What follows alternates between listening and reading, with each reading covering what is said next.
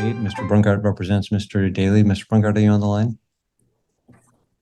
All right, and Yes, Judge, I am on the line. Okay, great, good. Thanks, Mr. Brungart. And then Ms. Nelson, are you on the line today? Yes, I am. All right, very good. We're on today for a presentation from an earlier docket, and looks like Mr. Brungart's office prepared a proposed order. And Ms. Nelson, did you receive a copy of that order?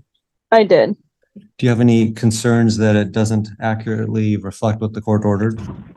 So on number 4 on the second page, Okay. it says that she's a year and 10 months old. That is incorrect. She is 2 years old. Okay, Mr. Brungart, any opposition to change that to 2 years? No, please, Judge. It's corrected. It says 2 years now. Okay. And then, also on number 4 on the third page, Okay. it says that the petitioner and respondent must not take the children out of Washington state.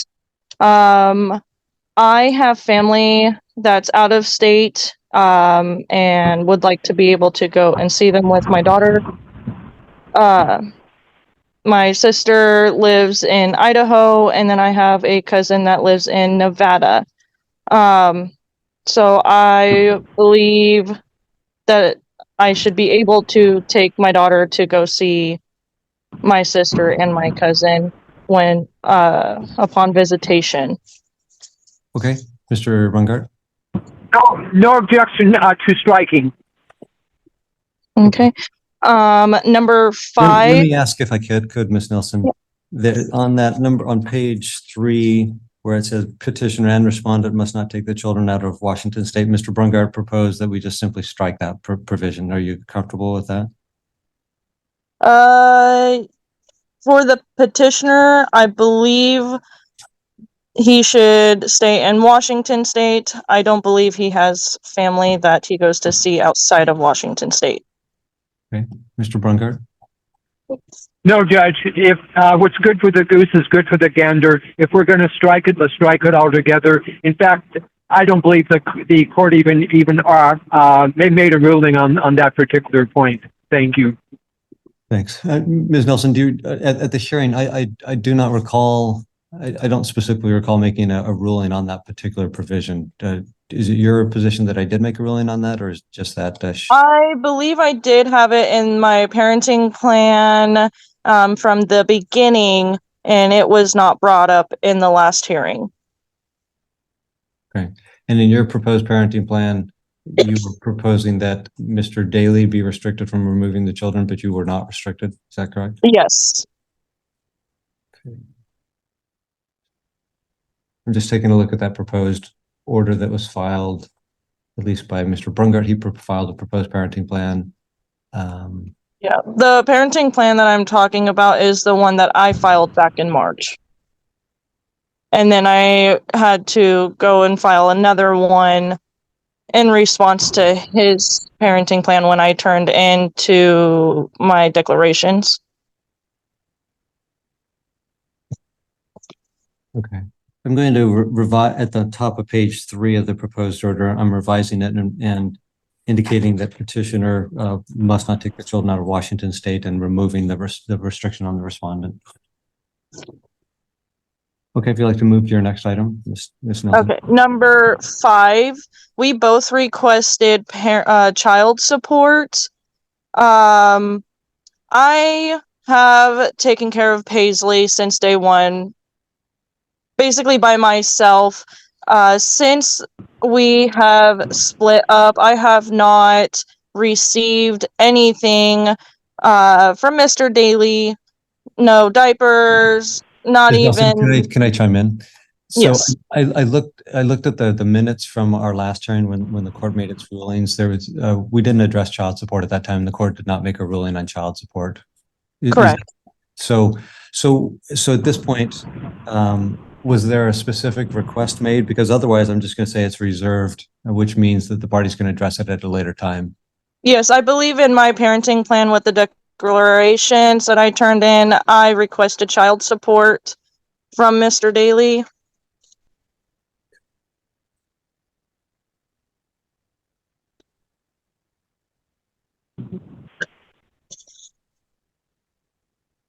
Okay, so I'm just going to reserve on the issue of child support. I'm just going to mention, just going to write in the other line and say reserved. Okay. All right. Number 12. It says no request made.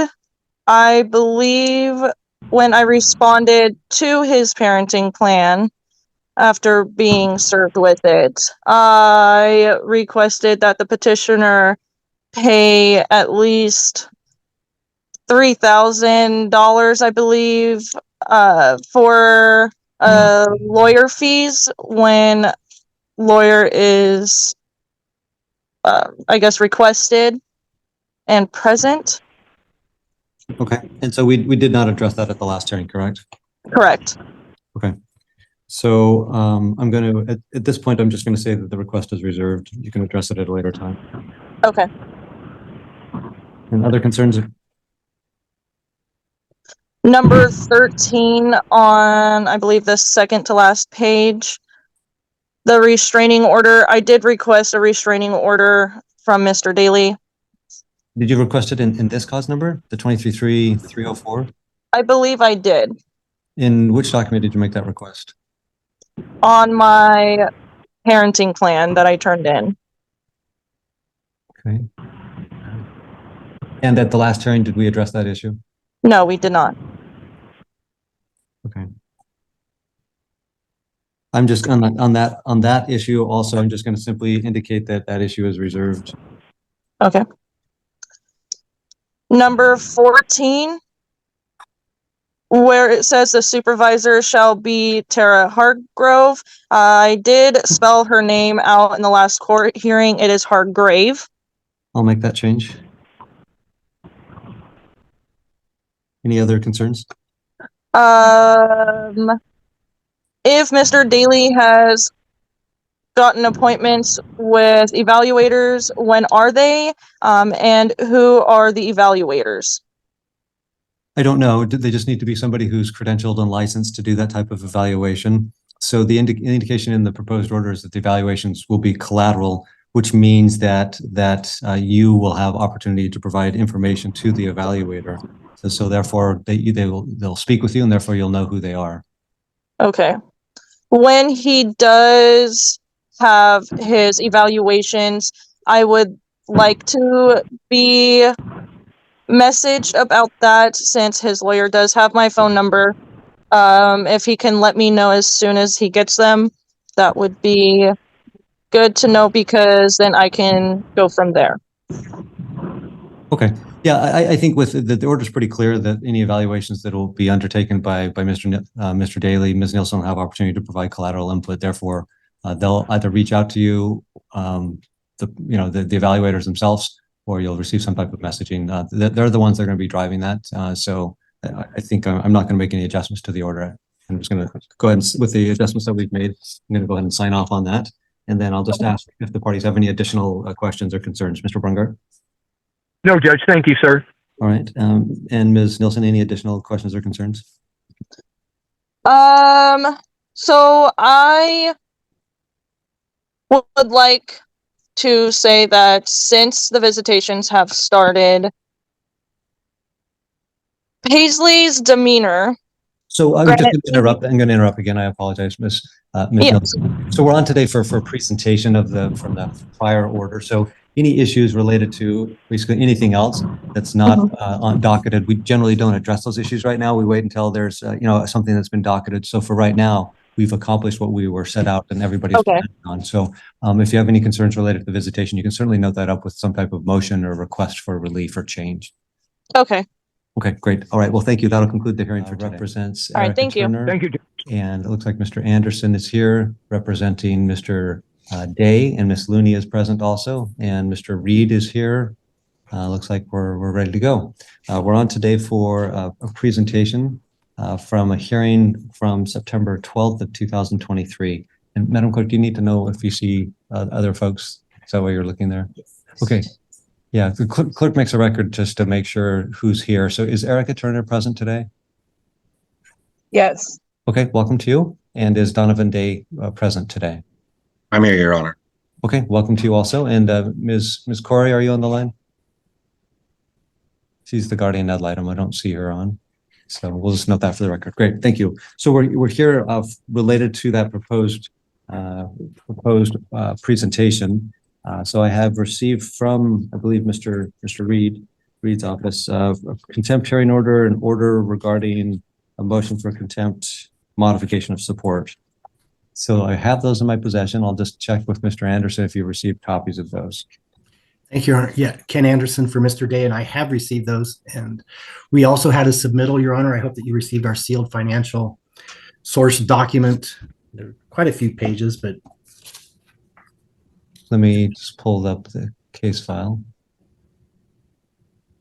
Looks like on 11/9, there was a filing of a sealed financial source document. yes, Your Honor. Okay. And so in relationship to that filing and the proposed order, where does that put us? Since this was an order from September 12th, the court made some findings. Kind of tell me the position of the case. Thank you, Your Honor. Well, first off, I hope it's not all ego, but I've substituted in for Elizabeth Schwanter. So if we could just make that correction. Sure.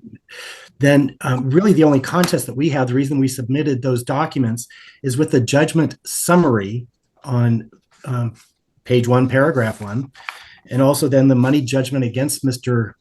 Day. The reason we wanted the court to see that he paid all of those, and it seems to be just judicial economy rather than have judgment enters against him, and then we go forward with satisfaction of judgments that we would prefer that these judgment not enter against him since he in good faith has paid these funds. Thank you. Okay, so your position is that the $3,193.60 has been paid and that judgment has been satisfied? It is, Your Honor. Okay, all right, thank you. Mr. Reed?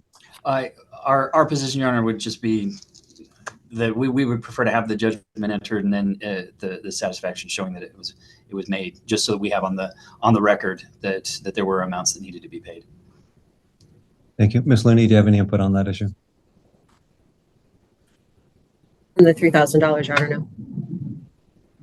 Sorry, I caught a portion of what you said, not all of Sorry, no, not on the 3193.60, Your Honor. Okay, thanks. All right, so my understanding is that, from the court made its ruling back on September 12th, and it sounds like Mr. Donovan, or Mr. Day, pardon me, has been proactive and has satisfied that.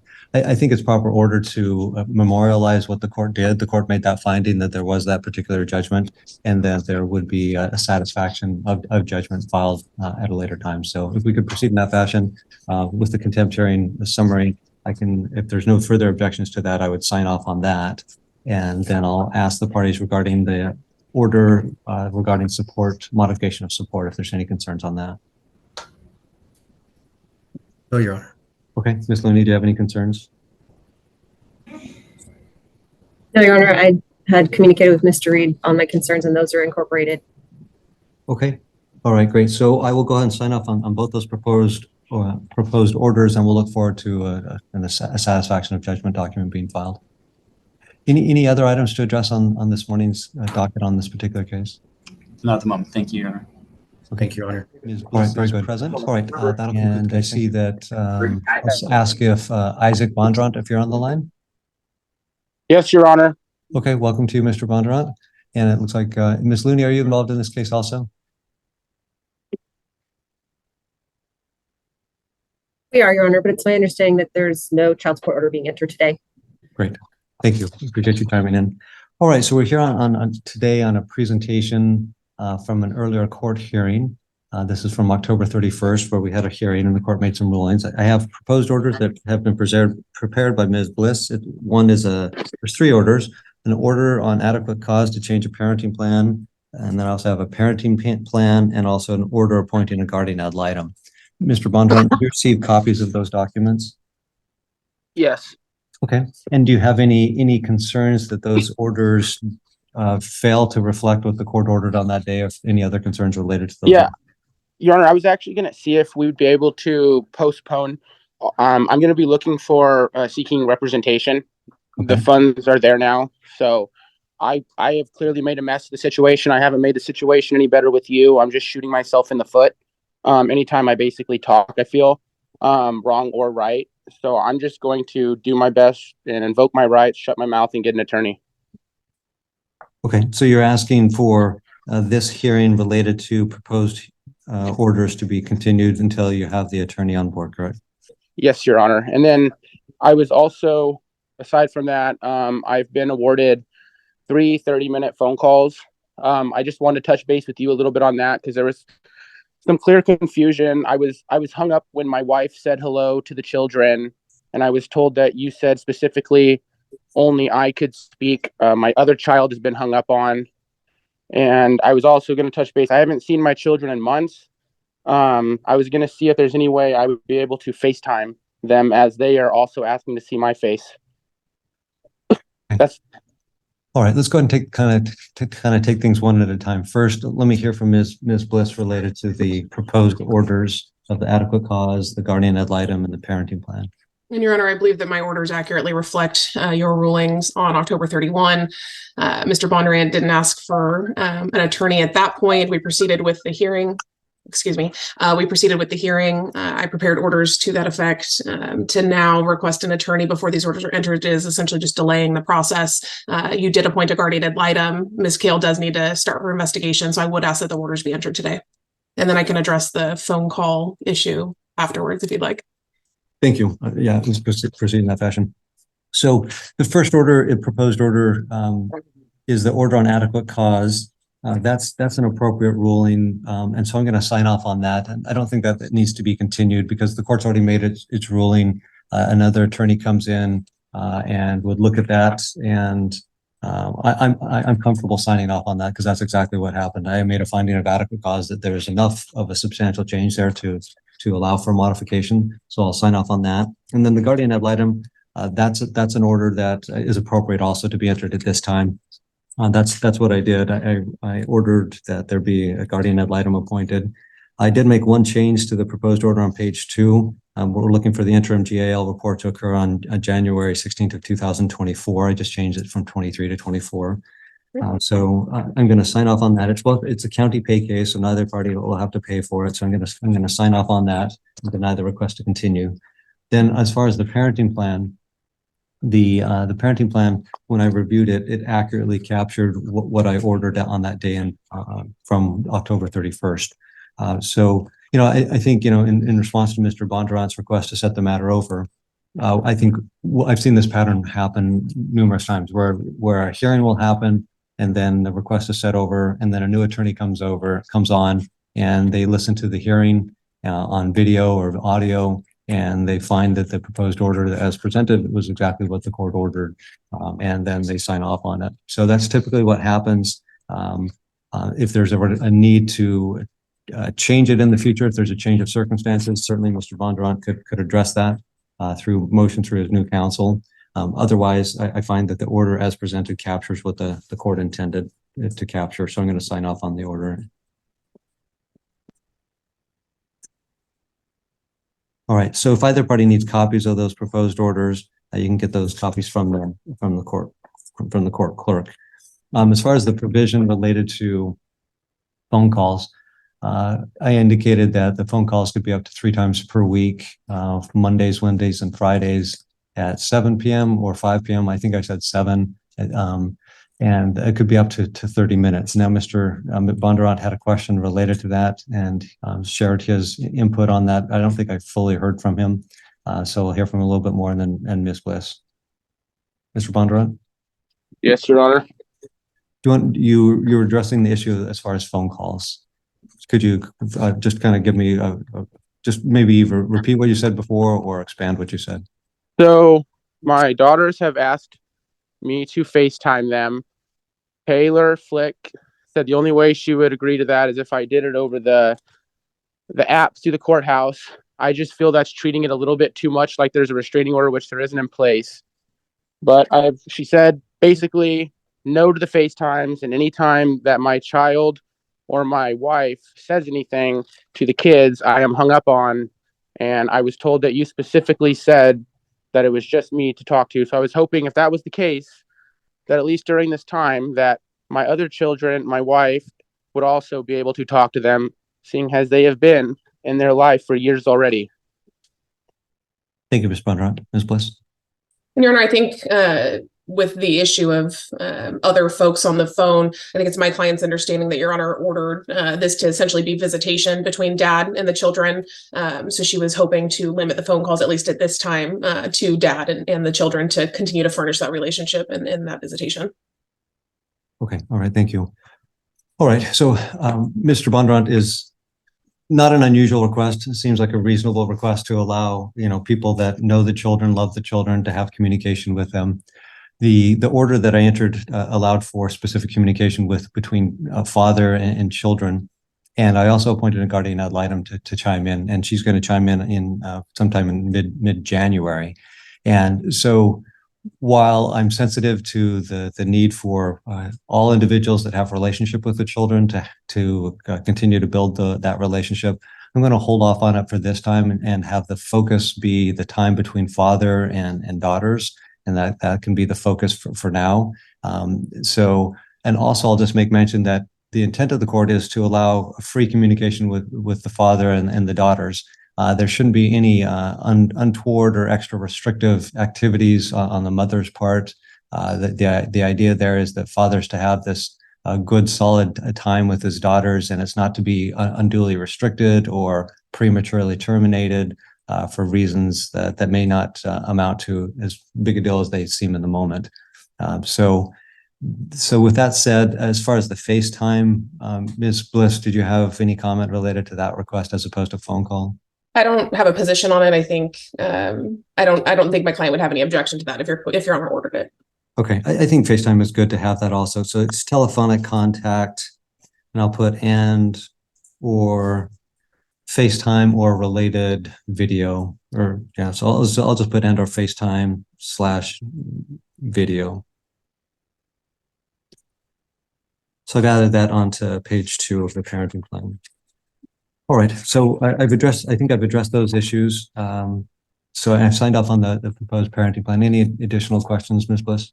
Your Honor, I did want to ask that you instruct Mr. Bondurant to keep these discussions with the children appropriate. I do know in my parenting plan, I did include language in there that said specifically, don't speak derogatorily towards about the other parent in front of the children, and don't discuss litigation with the children. My client has indicated that several times during the phone calls, which often prompt her terminating phone calls early, Mr. Bondurant has essentially told the children, I'll square this away with the judge, your mom doesn't want me to see you, things of that nature. And I think obviously that's detrimental to the children and completely inappropriate, frankly. So I would just ask that Your Honor kindly remind Mr. Bondurant to cease that behavior moving forward. Thanks, Mr. Your Honor, can I speak on that, Your Honor? Please. Okay. So what had happened, and I made sure because I am recording my phone calls with the kids because I have been hung up on. I don't see, my kids are asking me on the phone, why can't I see your face? Can we see your face? For the first 2 visits, I said I just redirected the question. On the third one, I don't feel through all this I should have to lie to my children. I said, your mother does not feel comfortable doing video calls right now. We will get that all squared away soon. I don't know what else I am supposed to say to my 4 and 5-year-old when they're asking why they can't see daddy, when that's what they're used to. I'm not just going to tell my kids, make it seem like I don't want to video call them. That's not what I'm going to do. Whether that's what the court requests me to do, I won't do that. Okay. All right. Thanks. So I think it's, we've settled the FaceTime issue, the FaceTime that can happen. Also, just there is a provision within that parenting plan as far as derogatory comments that one parent speaks to the children about another parent. I'll just tell you my view on that is that when children love both parents, they are loyal and faithful and love both parents, no matter what's happening between the parents themselves. And when a child feels that one of their parents is being attacked or being spoken of poorly, it's a direct attack against that child. The child feels loyalty, they want to protect that parent, and in a way it damages and attacks them because they are a part of that parent. Their identities have not yet been completely separated. So when one parent says something negative about the other parent, the children internalize that, and it negatively impacts them. And some kids it impacts more than others. So just caution all parties related to that. Then also as far as litigation, I think sometimes parents, are kind of at a loss of what to say. Is like, well, this can't happen because we have to take this to court, or the judge has to decide on this, so that's one thing that we try to shield children from, the discussion of litigation. And there's creative ways to explain those to children and say, right now we can't talk about that, or we haven't figured that out. We're working on that.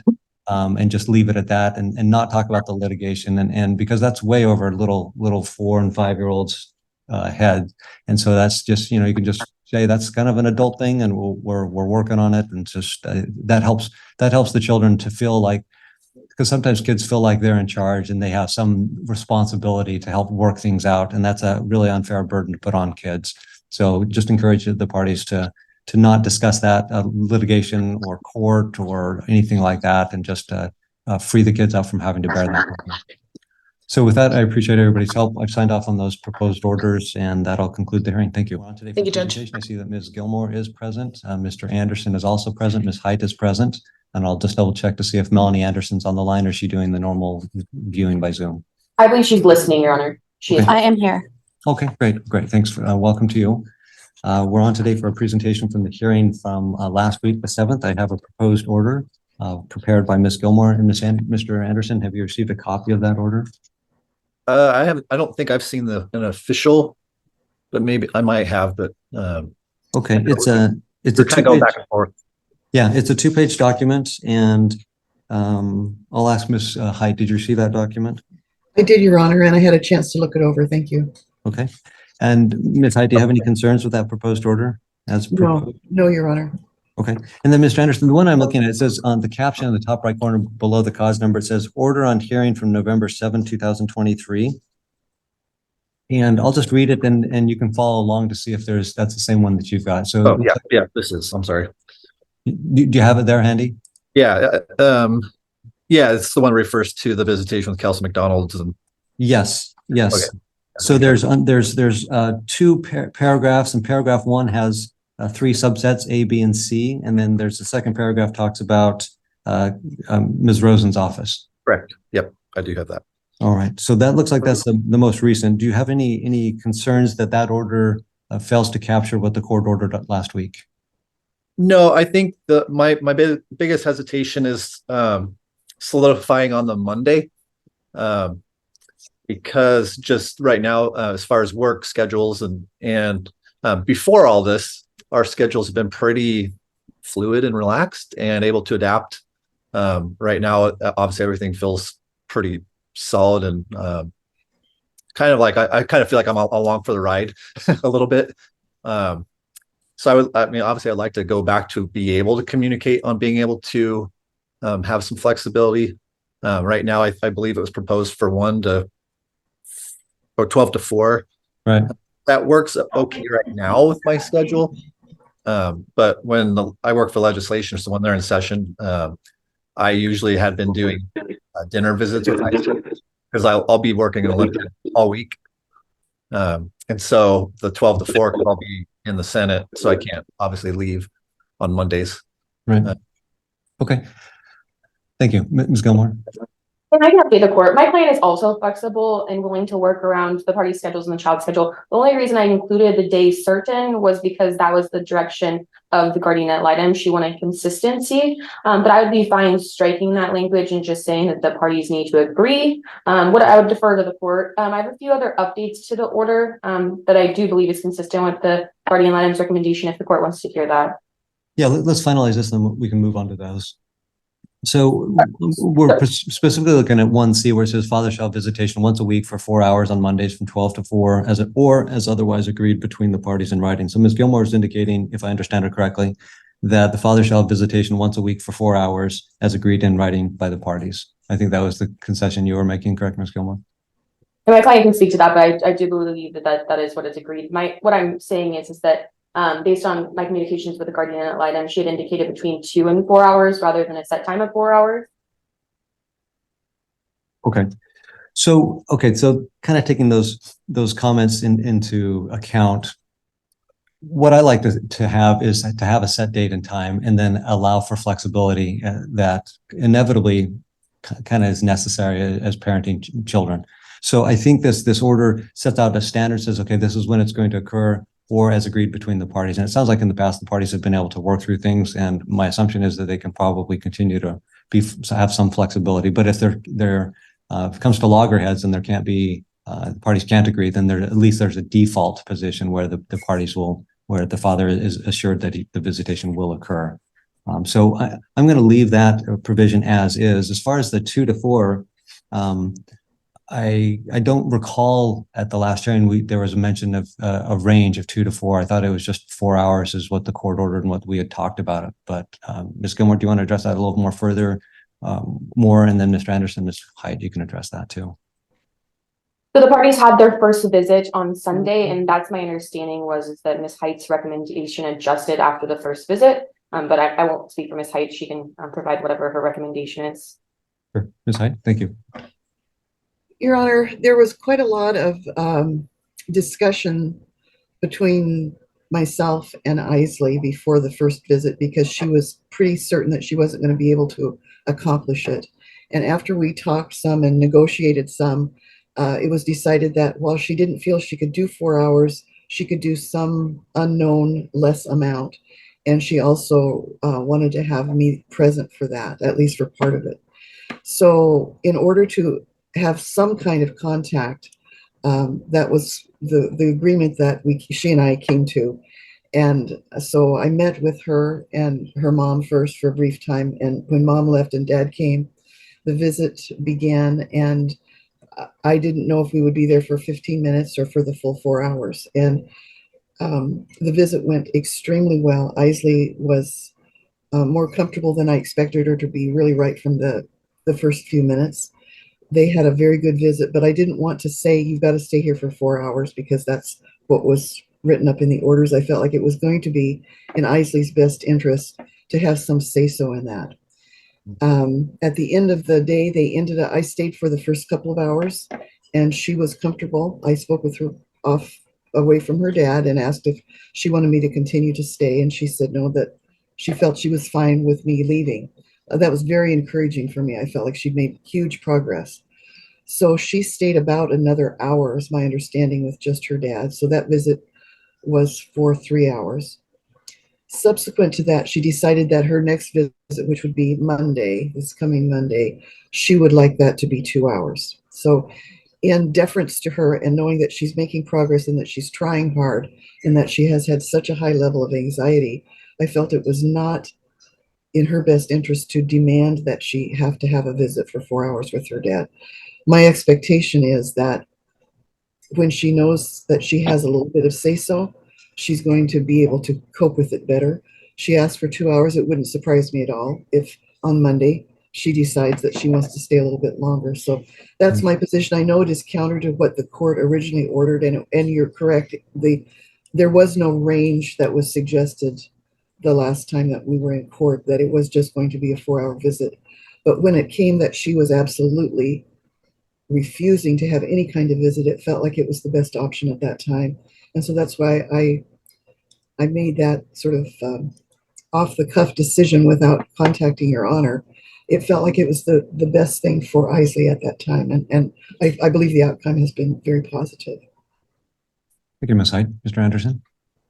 Yeah, I think being flexible, obviously, with Isley's needs is obviously has always been kind of priority. We've always kind of based off of if she had plans, and that was my understanding. The other day during our visit, she said she had some plan, so I made sure to get her back on time so she could do whatever her activity was after our visit, and that was no problem. And I didn't want to push it either. I think if it's allowed, because again, like, I got cut off of all contact just so abruptly, and I've been sitting and just kind of waiting to have my any time with Isley. But we would regularly text or video message together during our normal when times were normal. So I was wondering if that could be reinstated, that I could actually have some communication with her when I'm not visiting her, because again, that was with the restraining order. Obviously, I couldn't contact her. And so I think that might help with Isley from what I know with Isley, and if she's still experiencing the anxiety, if that's something that we can start working towards, with being able to have the communication in between our visits, if that would help her. I know it would help me, because the other day with our visit, it was a great visit. I obviously loved to see her, but there's a bit of a kind of PTSD kind of feeling that I'm having from this whole thing. It was a little bittersweet, because this is the second time I've had basically a false allegation served on me, because I kind of went through something similar at the very beginning of our divorce. That was said that I was violent and shouldn't be around my child. And that's again what this came up to, and it was just so abrupt and just didn't need to happen. And so I just feel just the pattern of this is really hard on my emotions. And obviously it's affecting Isley, and it's affecting my other kids. And so even trying to get the benefit of my visit with Isley and visit with Isley, that abruptness is hard for someone that feels deeply. And I know Isley does too. And so I think the communication in general, being able to establish that again, would be beneficial to everybody. So I was wondering if that's something that we can start initiating, as far as to kind of alleviate that initial abruptness of our visits, with either and or text and video messaging. Obviously doesn't need to be all the time, but maybe like a 30 minutes per week or whatever in between our visits. Yeah, I could leave it and get some input from the GAL as well. But from what I know with Isley, I think trying to alleviate some of that abrupt change, I think, would help her with her anxiety for our visits. Okay, I appreciate the input from everybody. As far as the set time of 4 hours, it sounds like the parties approached it in a reasonable manner, in that, it had been a few months since that they had Dad and Isley had contact, and there was a nice kind of transition. It seemed to go super well as far as the visit. And my sense is that, demanding we're going to be here for 4 hours and 0 minutes and 0 seconds would be unreasonable. There has to be obviously sensitivity and flexibility. There also has to be the need for consistency. There also needs to be kind of that protection that there's that potential for that 4 hours, and that it shouldn't be efforts to unduly shorten that time. But, as things get going, there should be some flexibility and sensitivity, and it sounds like that's being exercised. So I don't have any concerns with the way that the order is drafted, so I'm going to leave that as is. There's a request made, and generally when requests are made that we haven't, another party hasn't had notice of in writing, i.e. the phone calls, we generally set that over for a motion docket unless there's an agreement between the parties. So Ms. Gilmore, you can chime in on that. Melanie, can you speak to that if you have a position on the telephone, just so we can address it today, or I'm happy to set it over so we can present it in writing? No, absolutely. Can you hear me okay? Yes. Okay. I have no problem with that, with them having contact. That was kind of the idea behind what we coined as the reunification counseling, was so that there could be little bits of contact between the two of them, along the way. I by no means want to keep Isley from her dad. That's not the goal. But I want to do what is beneficial for Isley and does not, feed into the anxiety that she's experiencing. And so my hope is that as we get in touch with the counselor at Charlotte Rosen's office, they will be able to help us sort of evaluate Isley and guide the situation as to, how much contact is good as we sort of like ease our way back into, some more full-time visitation. So if Isley is agreeable to talk to her dad on the phone or FaceTime, that's completely fine with me. Thank you. All right. So I think as a general rule, it sounds like there's agreement between the parties that there would be basically midweek, we'll call it midweek, or phone contact between father and daughter. And then Ms. Anderson raises the point that her hope would be that it would be guided by Ms. Rosen's office as far as kind of the contours of that. I'm not disagreeable to the phone communication, midweek phone communication. Ms. Height, do you have any concerns or input? Oh, Your Honor, I think that's entirely appropriate. And I think, texting could also be included as part of that Isley would probably feel comfortable with. Yeah, sometimes texting is a little bit easier than voice to voice Yes. for some of us. So I'm going to add that into the order here. Allow me just one moment to write that. So I'm going to make that 1D as in David.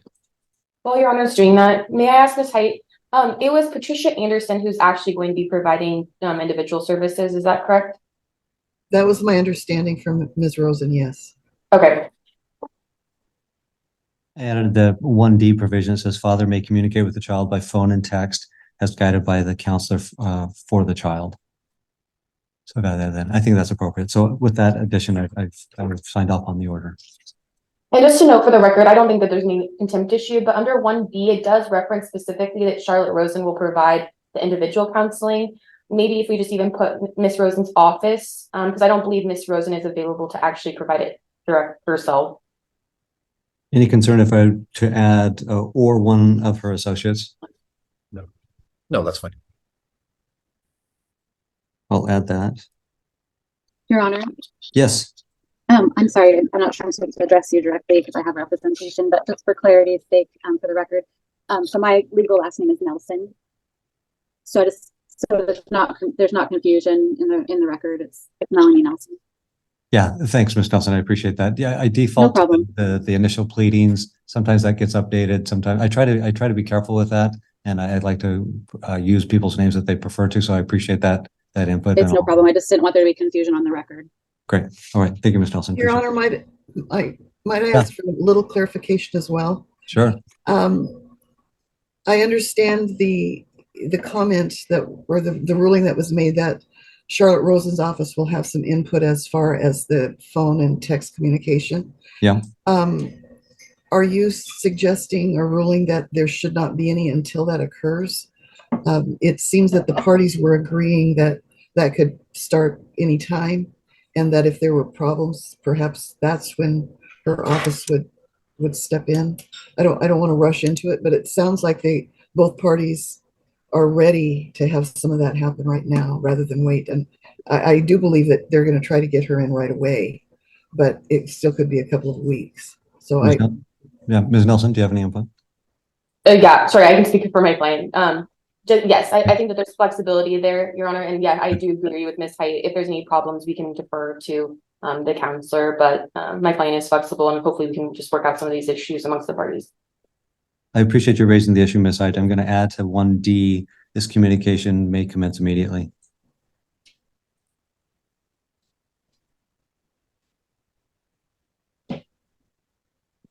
Great, thank you. Appreciate that. So I've added that. With that, any final items before we close the case for today? No, Your Honor. Thank you. Okay, great. I appreciate your assistance. Thank you so much. Ms. Morris is joining us. She's present. And then Kevin Morris, I believe you're here also. Can you hear me, Mr. Morris? Looks like it's currently muted. Try to unmute for a moment. Right. There he is. All right, so we have the image of Mr. Morris, so we know he's present, and it looks like the mute is still activated. Unmute. Oh, we have little glimmers of hope. I can hear a voice every once in a while. Okay, well, there. I think it's all done. Sorry. Very good. All right, appreciate that. Thank you. So we're here today related to Ms. Morris's motion for contempt.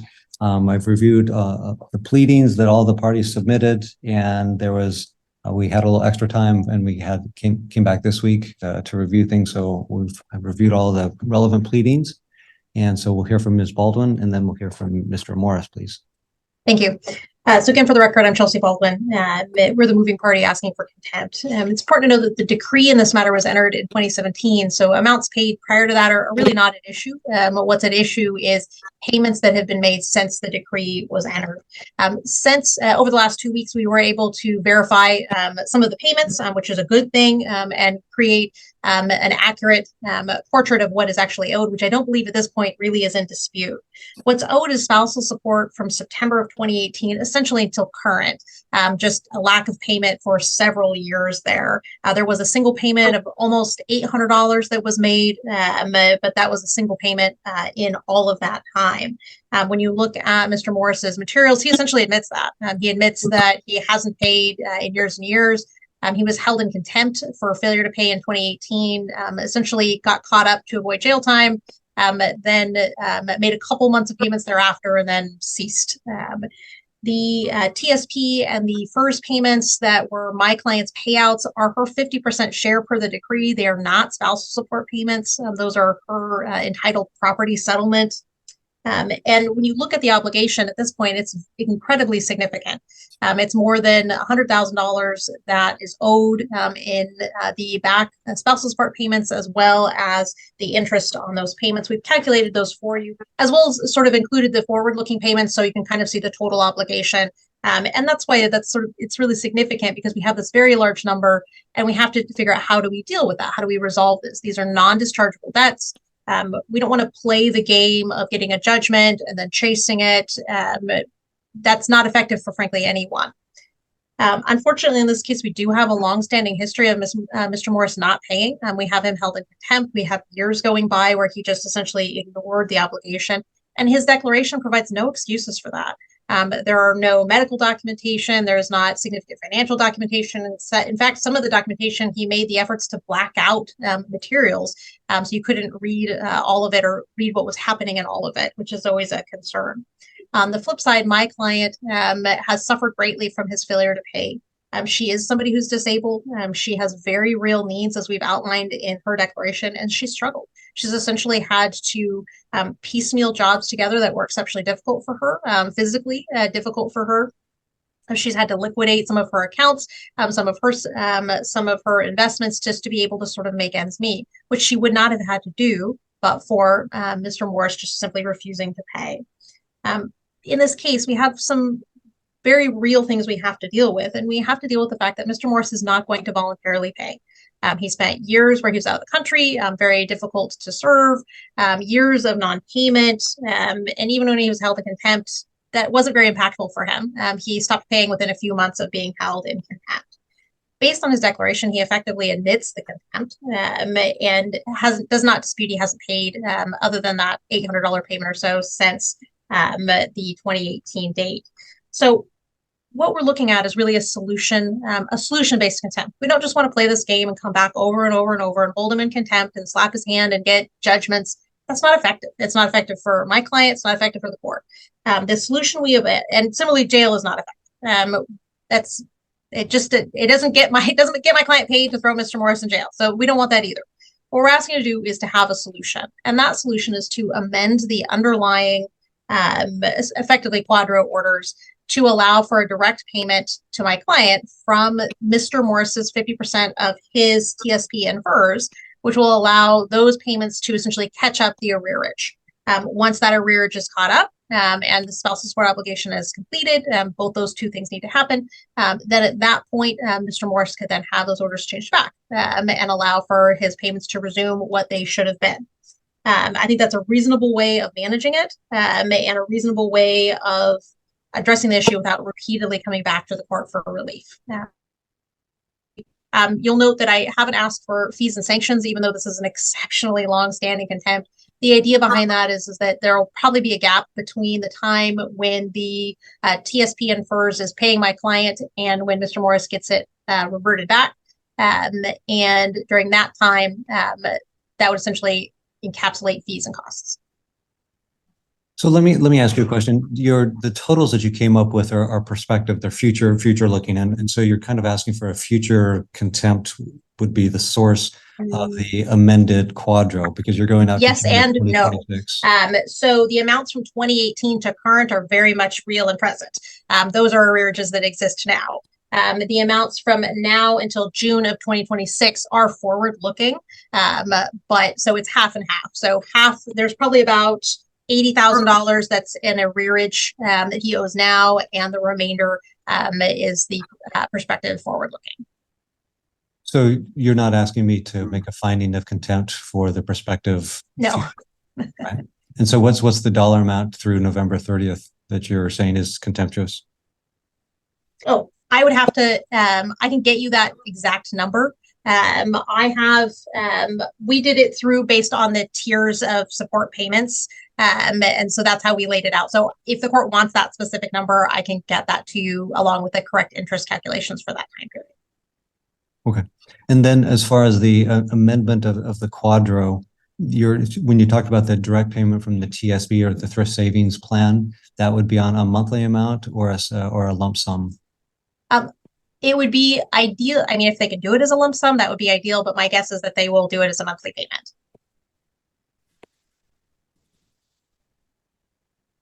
All right. Thank you, Ms. Baldwin. Mr. Morris? Yes.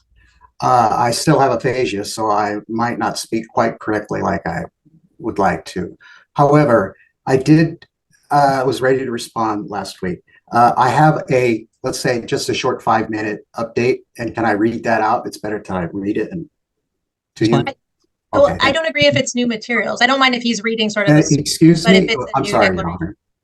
This is my time to speak, correct? So sometimes when parties are speaking, there may be an objection, and that's how I interpreted Ms. Baldwin's comments there as an objection. It was a prospective objection because I don't know what you're going to say. We're here if your comments, your 5-minute statement, written statement, is focused on the contempt issue, then I'm fine hearing from you. If there's concerns from Ms. Baldwin, she may interrupt with an objection. I'll rule on that, and then we'll go from there. But you're free to go ahead. Okay, thank you. So I've already served 39.5 years of federal service to this government, 10.6 years service to the United States Air Force, and 28.9 years service to the Department of Defense. Of course, I already said that. So anyway, I basically even say this shorter. It's basically what I said about that it's my right to speak about the discovered years and the severe issues that caused from the respondent and Ms. Baldwin. So all that said, it comes down to the end. Like I said, they just wanted me to finalize, sign it, and call it good. And that's the way it happened. And that my lawyers, it ended up, I couldn't even speak well. I couldn't even do the final trial. We did get to go to prepare for the trial. We are going further on for it. Basically, I couldn't even deal with it anymore. So yes, I signed it. However, when I had a stroke in February 2017, Ms. Baldwin requested that I provide these documents to prove that I had it. As of today, the respondent. So again, this is where I object. None of this is provided. The respondent has told about her. I apologize, Mr. Morris. So there was, I'm not sure, Ms. Baldwin, were you making an objection? Yes. So I don't mind if he speaks to things that are in his declaration. My concern is he's talking about things that he referenced a very small thing in 2017 in his declaration, but no conversations with my client or anything of that nature that he's now going into. Okay. So I'll allow Mr. Morris some leeway. And again, the focus here, Mr. Morris, is from July 3rd, 2017 forward as far as the allegation of non-payment. So if your comments are focused on that, that would be helpful. Thank you. Okay, so, but what I'm saying that she is saying she has significant physical disabilities. And all I'm saying is that I had to show proof that I have problems, but the respondent has not provided any documents. Let's say she is significant physical disabilities. And all I'm saying is that I had to show proof that I have problems, but the respondent has not provided any documents. Let's say she is telling of her health history and issues today, and those are not connected to the marriage years. So in 2014, when she was sent back to the States, early return independent, she had 10 years in order to learn a job, to get training, update her dental assistance, whatever, and to have an acceptable job position and resume her life. And when she was at Department of Defense, worked at Department of Defense, she was dependent. She had a local military job for 10 years, 1999 to 2009. She was a paraeducator working at an elementary school and a high school. The respondent could have received such a job position in Washington State if she went to a community college to earn the certification. It appears the respondent has not spent the time in order to learn a new job and find an acceptable position. All I'm saying is that it's, by now she should have had some kind of job. That's what I'm saying. What I'm saying is that the former marriage was without children, and it's not a long term. This is not like 25 year, 20 year or so.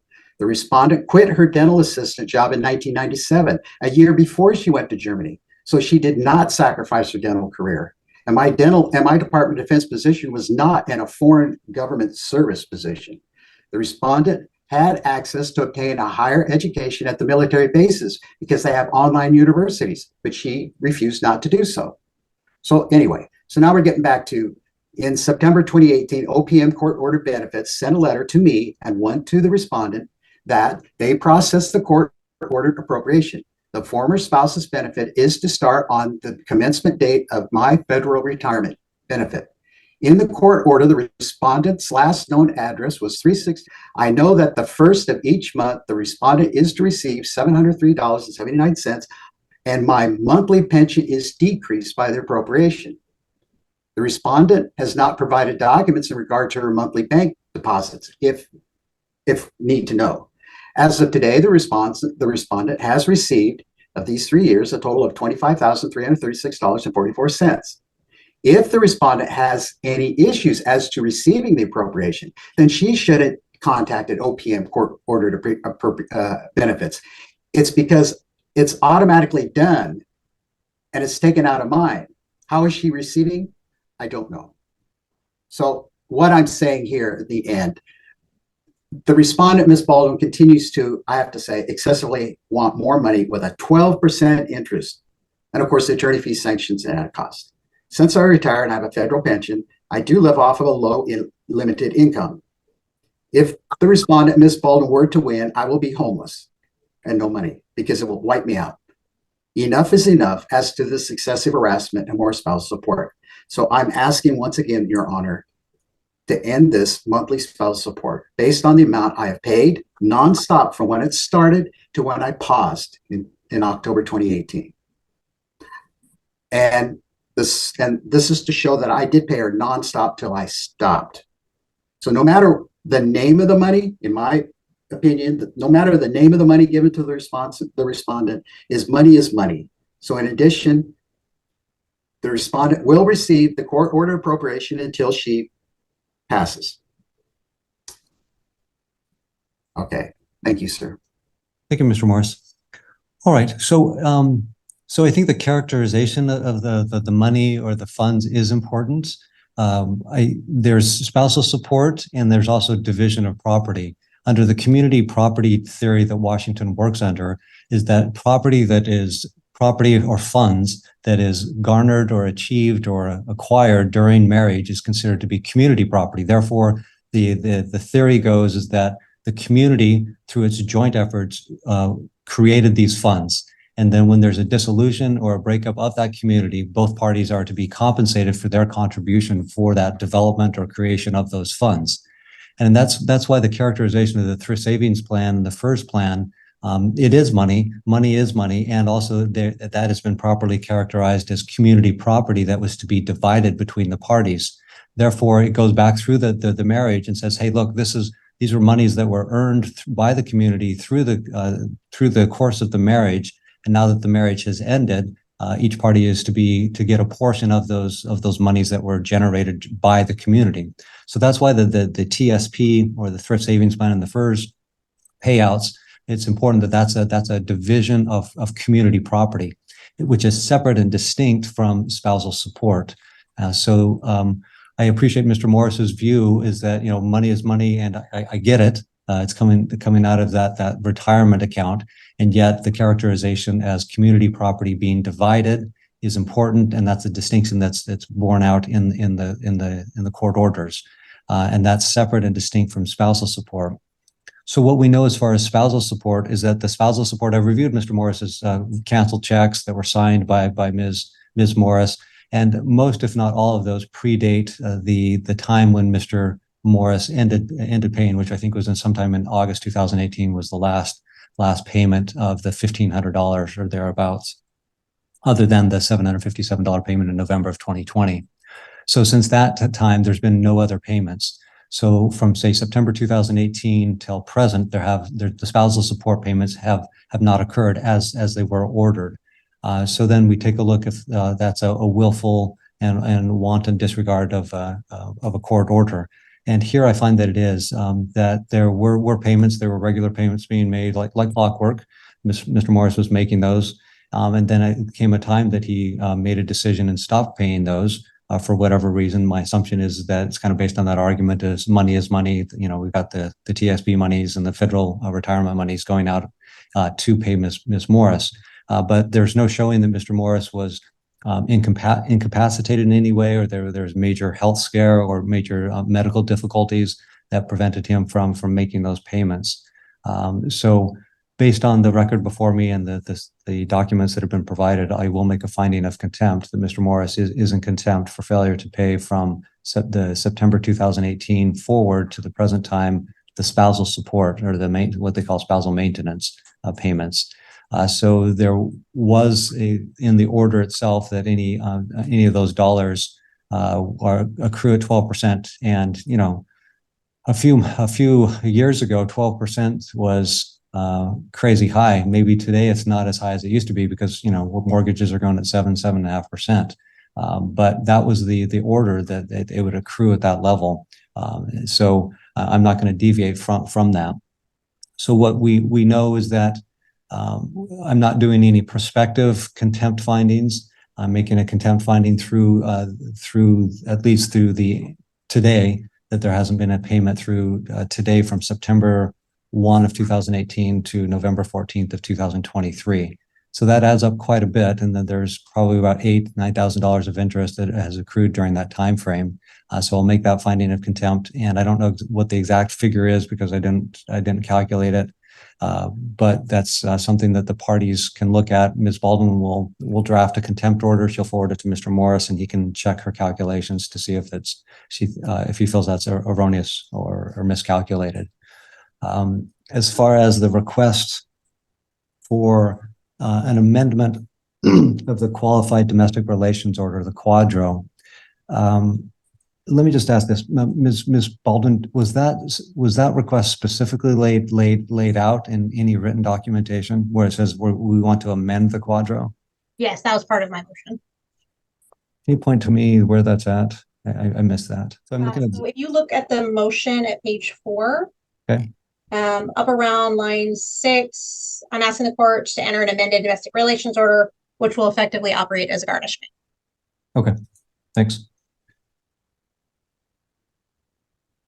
I'm looking at 8C of that proposed order. Oh, and I don't mind adjusting it just because the judgment amount, if you want to use that new calculation with that judgment amount, then I can do that. Yeah. Okay, so thank you for your patience in pointing that out to me.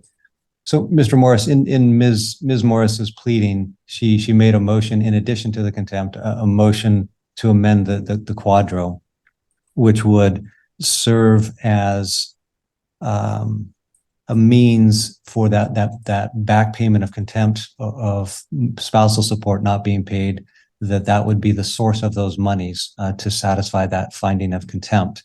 And I don't know if you specifically addressed that in your comments, so I just wanted to give you a moment to address that. What do you mean by a Quadro? We don't say that word in department, federal government. Anyway, a Quadro, you'll call the word. Sure. Basically, it's a fancy name for a court order that it gives instructions to retirement accounts of how money should be divided up or paid out from that retirement account. So yes. The motion is to amend the Quadro or send new instructions to the retirement benefit accounts to change the amount that is being paid to Ms. Morris to compensate her for the contempt findings that I made here today. So I just wanted to give you a moment if you had any comments on that.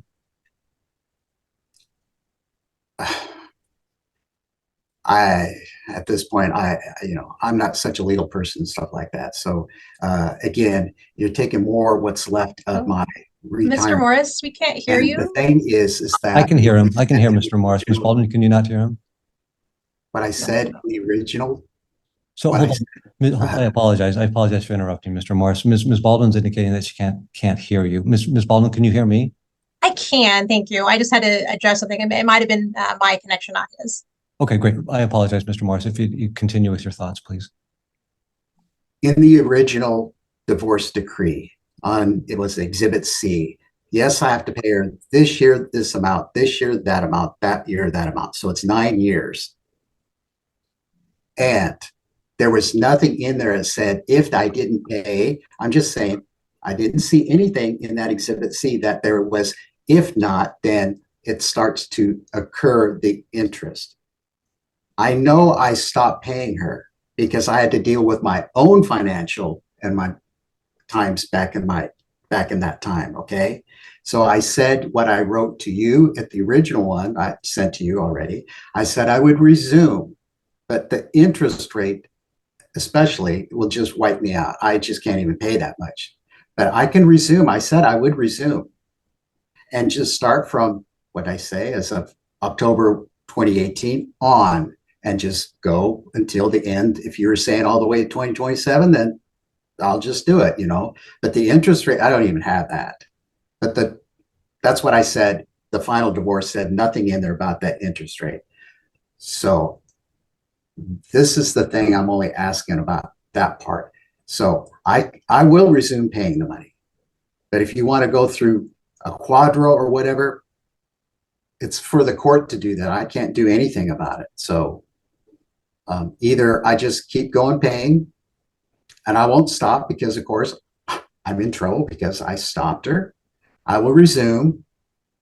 And if I do it, well, then put me to jail, whatever. Yes, but I won't stop. I will do it. So we could do it this way, simple way, or go through the court, the quadro, this, that, whatever. It'll take longer time. So, but as I first wrote to you, my response, I did say, I will resume without the interest, which I will do.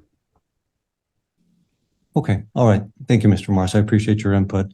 So the spousal support order required spousal support to be paid on a monthly ongoing basis. And that didn't happen, starting of August 2018, moving forward. So during that time frame, the court orders weren't followed. And the court's intent was that there would be support paid to Ms. Morris during that time period. There hasn't been. And so I think that there's that, and that sometimes imposes extra burdens upon the person who's to receive those funds, which may mean they need to take out loans, which means they're paying interest themselves. So I think it is appropriate for the interest to accrue and to be imposed upon those past amounts that were due and owing. As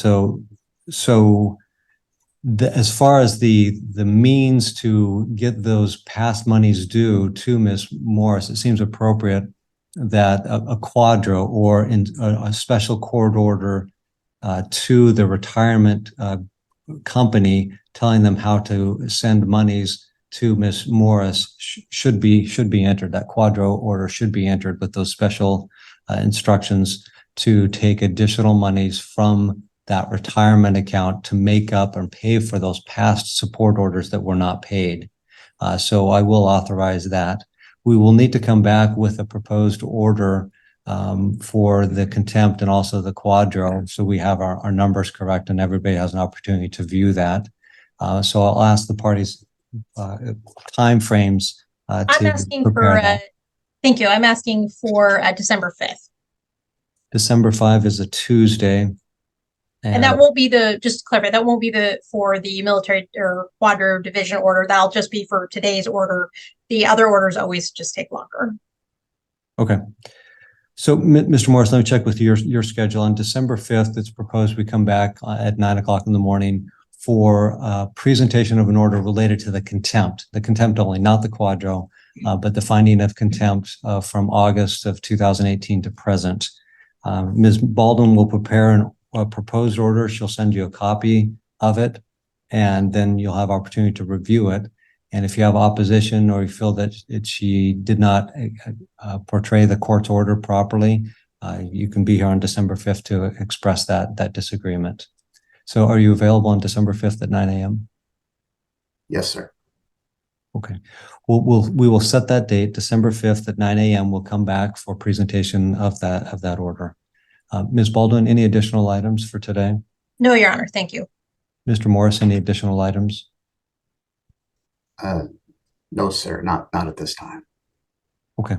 All right. We will reconvene on December 5th. He represents Lindsay Beam. Thank you. And I see that Russell Beam is also on the line. Can you hear me, Mr. Beam?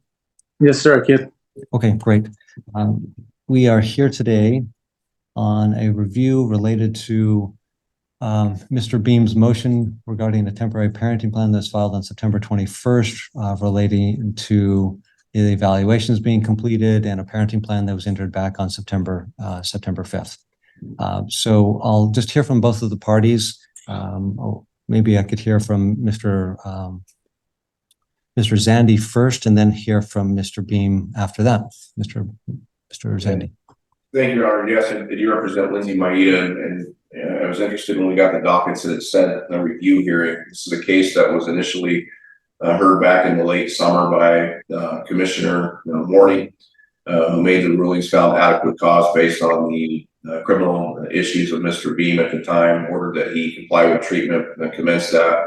That's kind of where it's been. We did get some of the evaluations back. Mr. Beam is suffering from a, quote, severe alcohol use disorder, which looks like it has impacted his relationship with his current spouse, and there's been domestic violence allegations and charges and criminal matters from that as well. That's what kind of put this in motion. Judge Warning at that hearing said, let's get some traction on the treatment. Let's get some traction on these evaluations to see where we're at. In late September, Mr. Beam files, pursuant to that order, some of his information related to that, some of the treatment records, as well as the compliance reports from the providers. Certainly, we appreciate that. Enclosed with that was a docket notice for a settlement conference assignment. We did not have a hearing date related to a review specifically. We set the mandatory settlement date, I believe, for January 22nd of 2024. So that will be forthcoming in a couple months. Court to this point has reserved on appointing a GAL. Again, that was pending information being provided by Mr. Beam related to the treatment efforts. So at this point, we don't have any guardian ad litems on board that can report back. We simply have the settlement conference date, which is pending. I was not at the settlement conference trial setting docket that day. Ms. Bliss was filling in for me. It was her impression that Commissioner Carmi at that hearing said, we've got this information from Mr. Beam, but there's no docket notice related to noting this up on a motion. And we've got information by way of the declaration and such with the records. So from that standpoint, today is somewhat ambiguous as to what we're hoping to accomplish today. I think Commissioner Carmi's goal is to set this for some kind of review to make sure things are tracking. They are. And again, to Mr. Beam's credit, he has provided my office through emails, copies and information related to his treatment records. We certainly appreciate that. But for purposes of today, I think that's pretty much as far as we can go, unless, and I didn't see this as part of the motion, but I wouldn't disagree given it's already November. If the court wanted to appoint a guardian ad litem, or if Mr. Beam was agreeable to that, that might help moving forward, both parties. That might help the court in determining, hopefully by late January, when we have the mediation, where he's at with the treatment, where the kids are psychologically and emotionally. Again, they were impacted by this. They were present. They were listed as victims in the DUI charge.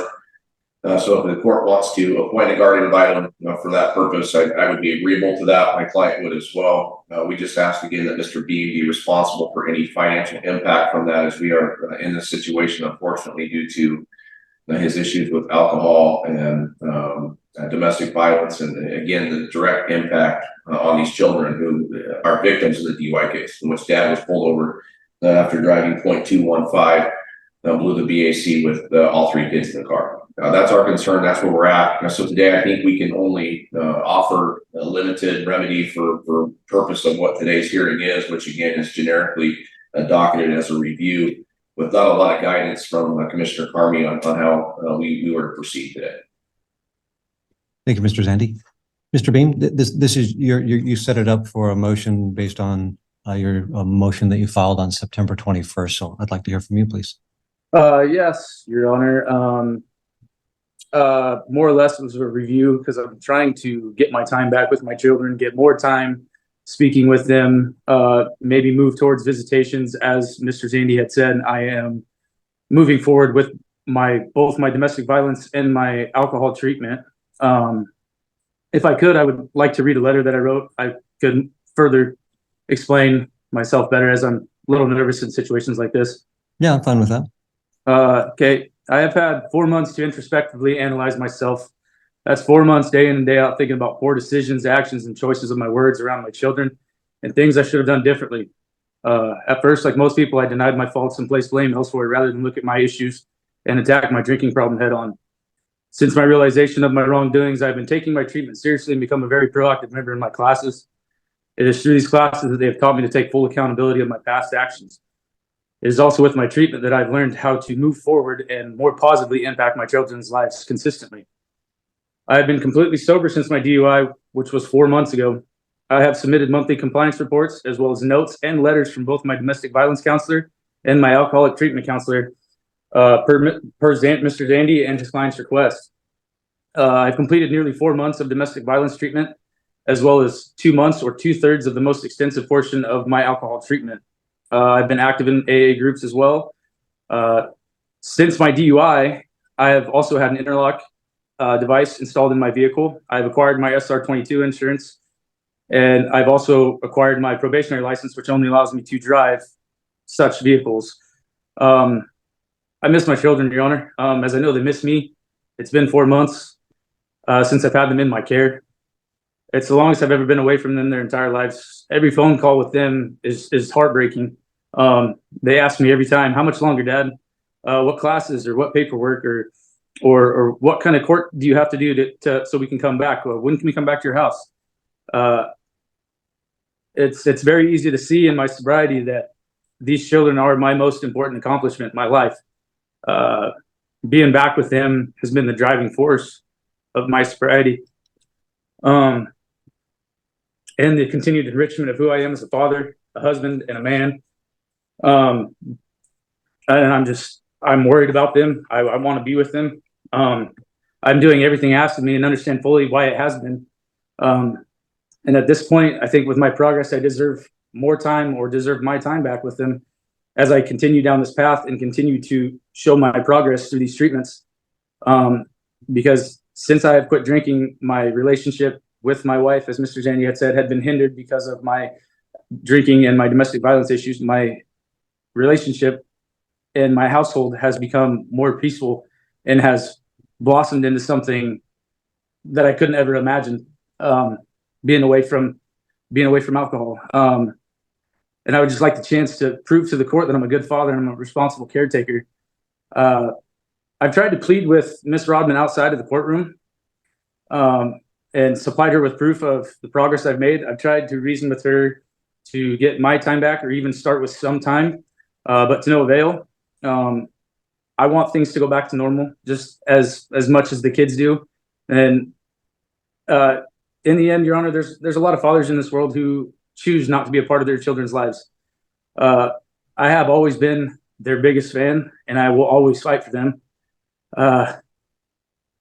I will always be actively involved in their lives as most as I am allowed and as much as I possibly can be. And that's what I want every day.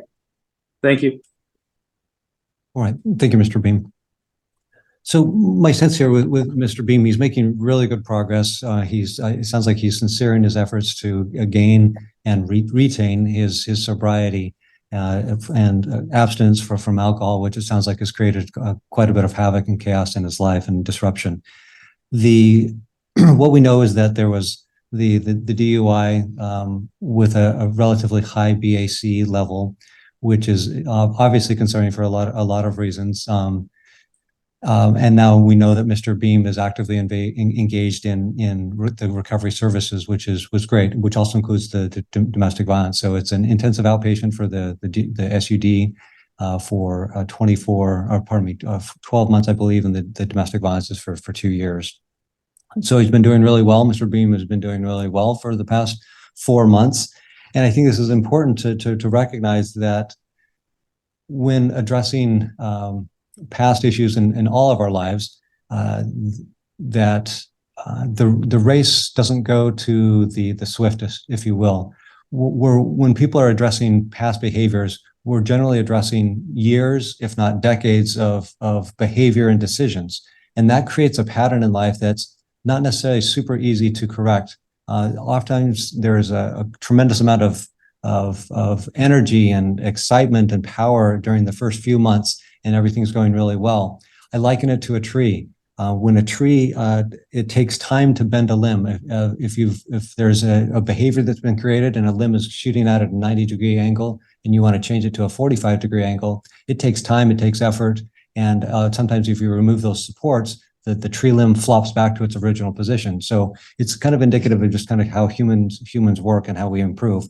Do humans make changes? Absolutely. Do they make tremendous, dramatic changes? Absolutely. Are lives bettered by those changes? Yes. So what I see with Mr. Beam, he's had a great start to his change and this lifelong change that he's working on and installing and making a part of his life. He's asking for additional time, and it seems like he's very committed to his children, loves his children, and is very motivated in his sobriety by his children. So what he's asking for basically a reversion to the June 2020 parenting plan. I want to have some more input from a guardian ad litem to give me some more insight on how Mr. Beam is doing. We have the records, it sounds like, from the SUD treatment provider and the domestic violence provider. And I just need a little more insight that comes through the eyes and ears of a guardian ad litem. So I'm going to appoint a guardian ad litem to hopefully provide some input to the court prior to the mandatory settlement conference, which is coming on January 22nd of next year of 2024. So I'm going to appoint a guardian ad litem. The way we do that is that we have the next three names that are on the list. Each party has an opportunity to strike one individual that they don't care for or don't want to be considered to be the guardian ad litem. So I'm going to ask the court clerk if she could share those next three names, and then we'll allow each party to chime in on if they want to strike. Keith Lawrence. Okay. Heather Cole. Okay. Amy Turnbull. Okay. So Mr. Zandy, anybody you would like to strike? No, I'm agreeable to any of the three, Your Honor. Okay. Mr. Beam, do you have anybody you would like to strike from that guardian ad litem list? I'm agreeable to any of the three as well, Your Honor. Okay, I'll appoint Keith Lawrence. So he is appointed as the guardian ad litem. I don't know, for purposes of the appointment of the guardian ad litem, what financial position the parties are in. Mr. Beam, are you currently working? Yes, sir. Yes, Your Honor. Do you have just a general idea of what your average net is per month? I believe it's my net. I believe it's around 3,500 to 4,000, depending on overtime. Okay. And how many individuals are you supporting with those funds? I am supporting my wife, my stepson, and as well as my 3 children that I pay child support for, and I'm responsible for 45% of any other outside activities outside of that child support. Okay. All right. And then, Mr. Zandy, can you give me an idea as far as your client? Do you have any general ideas as far as net? We can't. We were in on the child support modification about a year or so ago, so there's relatively new income information. My suggestion would just be if you want it to be a portion to both parties on the GAL appointment, go 50-50, and then we can just draft the reimbursement language in there, depending on if the incomes are anyway disparate. I think that probably makes the most amount of sense just to get this process going. Okay, thanks. Any comments on that, Mr. Beam, if it would be a 50-50 split? I can agree to a 50-50 split, Your Honor. Okay. All right. So the fees for the guardian ad litem will be apportioned 50-50 with the caveat that it can be adjusted if we have a more clear picture of everybody's incomes at a later time. So I think that, congratulations to Mr. Beam for your good progress. I think that's to be noted and to be commended. And we will have the guardian ad litem will reach out to the parties, and please get back in touch with them quickly. And then so he can write his report, and hopefully we can have that prior to the 22nd of January. So I'm just looking on the guardian ad litem order, appointing order, what time frame he should have that in by. So we'll just say that under the local rule, we have our mediation aids are due a week prior. I don't want to pinch Mr. Lawrence too quick on time. So maybe if I plug a number in January 5th or so for his report. And again, I don't think this will take a whole lot of investigation. It kind of is what it is, and it's to see where Mr. Beam is, maybe talk to the kids or get some information related from that and go from there. So I'm always willing to adjust that if we need to, but I think early January would be ideal. Okay. Yeah, I think January 5th, that's a Friday, and that's, at least 2.5 weeks prior to the mandatory settlement conference. So let's include that in the order. If you feel comfortable with that, Mr. Beam, January 5th is the date that Mr. Lawrence gets that the report into us. And that's January 5th, 2024 at 9 a.m.? It won't be a hearing per se. That'll just be a due date for Mr. Lawrence that he works towards to get his report written and submitted to the court and to the parties. Okay, my only issue is that both my boys have birthdays this week, and I'm not going to be. It seems as though I'm not going to be able to see them for their birthdays, and or be around them even for their birthdays, as well as Christmas, which is coming up, as well as Thanksgiving next week. I was wondering if we could make some sort of amends to the language in the visitation or something for specific occasions as those. I know that Miss Maida Rodman has reached out to my mother, which is the kid's paternal grandmother, about doing a birthday party for them, which at the time I'm pretty sure I was excluded from, which I would like to be a part of, just to spend a few hours with them on their birthday, as well as Christmas Eve, which is when my family does their major holiday celebration for Christmas. I would not like to, lose those moments with them, especially due to my progress and my continued progress. So I hope you can take that into consideration, Your Honor. I don't have any information from my client related to that, Judge. And, again, I know we're under ambiguous terms with the, review hearing on what this was docketed for. I would have to ask her and speak with her. I can't say that my client is usually very reasonable and amenable to a lot of these requests. Perhaps Mr. Beam, just shoot me an email with what you think would be appropriate. I'll run it by Lindsay. And if we have to come back on a motion prior to Christmas, there's time to do that as well. But again, I think, the existing order was put in place for an effect or based on some of the significant history. Just want to make sure these kids are safe.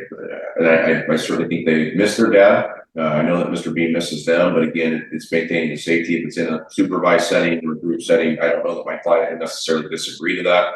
But let's try to work this out outside of court information when I can have some input from my client. Thank you both for your input. So the order as it stands, it limits the visitation to phone or electronic or video visits. Mr. Beam's been doing well, and he makes a request for Thanksgiving, the birthdays that are coming up this week, and Christmas. Certainly, the parties are free to make agreement if they would like to about what the holiday should look like, and I'm not going to interfere with that. The tricky part is that Mr. Beam raises specific concerns today of things that he wants, the birthdays, Thanksgiving, Christmas, and the like, whereas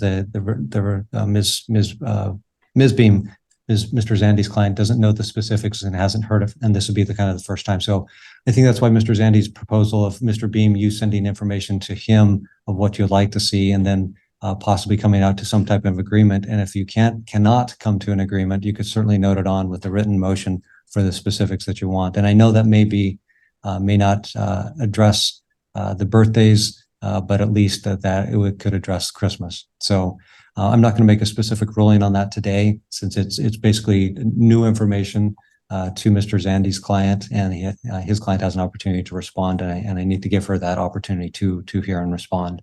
With that, I think I'll leave it at that, and then we will have the mandatory settlement conference on the 22nd. We'll have the report from Mr.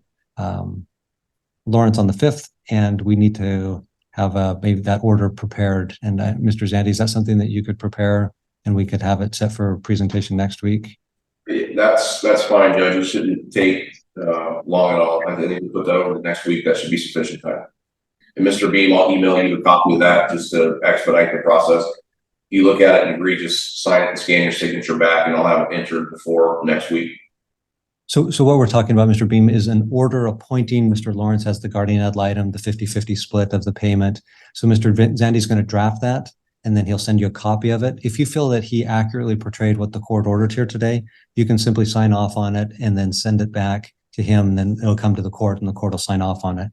If you just feel that he got it wrong in some way, we'll be here on November 21st at 9 a.m. next week to talk about your area of disagreement. Otherwise, that order would be signed if you agree to it. Very Okay, well. I understand. Okay, great. All right, that'll conclude today's hearing. Thank you. And Mr. Beam, if you could attach and email me a copy of your recent pay stub, just so I can make sure that we're still in the ballpark with incomes, that would be helpful too. Thank you, Judge. Absolutely. All right. Thanks, everybody. I'll go ahead and that concludes the docket.